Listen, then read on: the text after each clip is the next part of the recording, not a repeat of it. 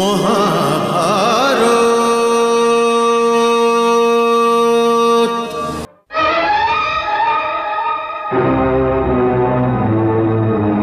রাজকুমারীকে ভেতরে আসতে দেওয়া হোক।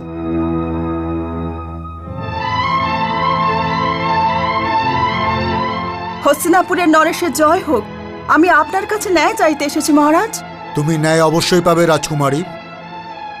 মহারাজ, গঙ্গাপুত্র ভীষ্মই সমস্ত রাজাগণ, মহারাজাগণ আর রাজকুমারদের হারিয়ে দিয়ে আমাকে জিতে নিয়ে এসেছিলেন। কিন্তু আমি শাল্য নরেশকে আগেই আমার স্বামী স্বীকার করে নিয়েছিলাম। এই জন্যই আপনার আদেশ অনুসারে আমাকে শাল্য নরেশের কাছে পাঠিয়ে দেওয়া হয়েছিল।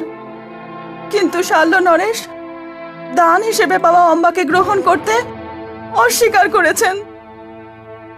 হস্তিনাপুরের সেনারা রাজকুমারীর অপমানের বদলা নেবার জন্য শাল্যের উদ্দেশ্যে প্রস্থান করো।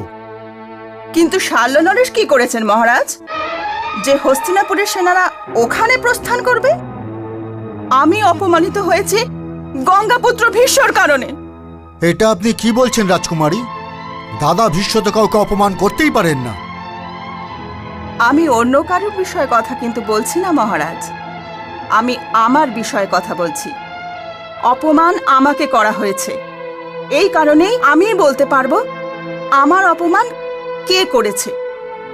আমাকে অপমান করেছেন গঙ্গাপুত্র ভীষ্ম। না উনি আমাকে শাল্য নরেশের কাছে পাঠাতেন, আর না আমার এত বড় অপমান হতো।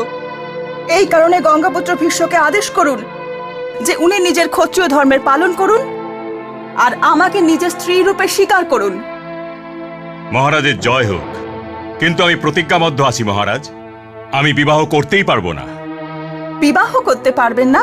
কাশী থেকে এখানে এনেছেন কেন? আমি তো কাশী দরবারি ঘোষণা করেছিলাম যে আমি কেবল হস্তিনাপুরের প্রতিনিধিত্ব করতে এসেছি মাত্র। আমার হরণ এমন সময় করা হয়েছিল মহারাজ যখন আমার হাতে বরমালা ছিল। আমার বোনেরা আপনাকে স্বীকার করেছে, কিন্তু আমি আপনাকে স্বীকার করব না। এখন আমি এই বরমালা গঙ্গাপুত্র ভীষ্মের গলায় পরিয়ে দিতে চাই। এটা সম্ভব হবে না দেবী। কেন সম্ভব হবে না? কারণ আমি ব্রহ্মচারী থাকার প্রতিজ্ঞা করেছি।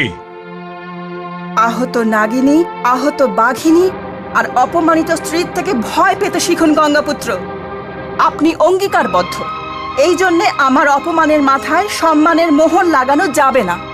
তবে আজ এই কুরু রাজ দরবারে হস্তিনাপুর নরেশকে সাক্ষী মেনে নিয়ে আমিও অঙ্গীকারবদ্ধ হলাম। গঙ্গাপুত্র ভীষ্ম, আমি আপনাকে আমার অপমানের জন্য কখনো ক্ষমা করব না। তার জন্য আমাকে জন্মের পর জন্ম অপেক্ষা করতে হোক না কেন।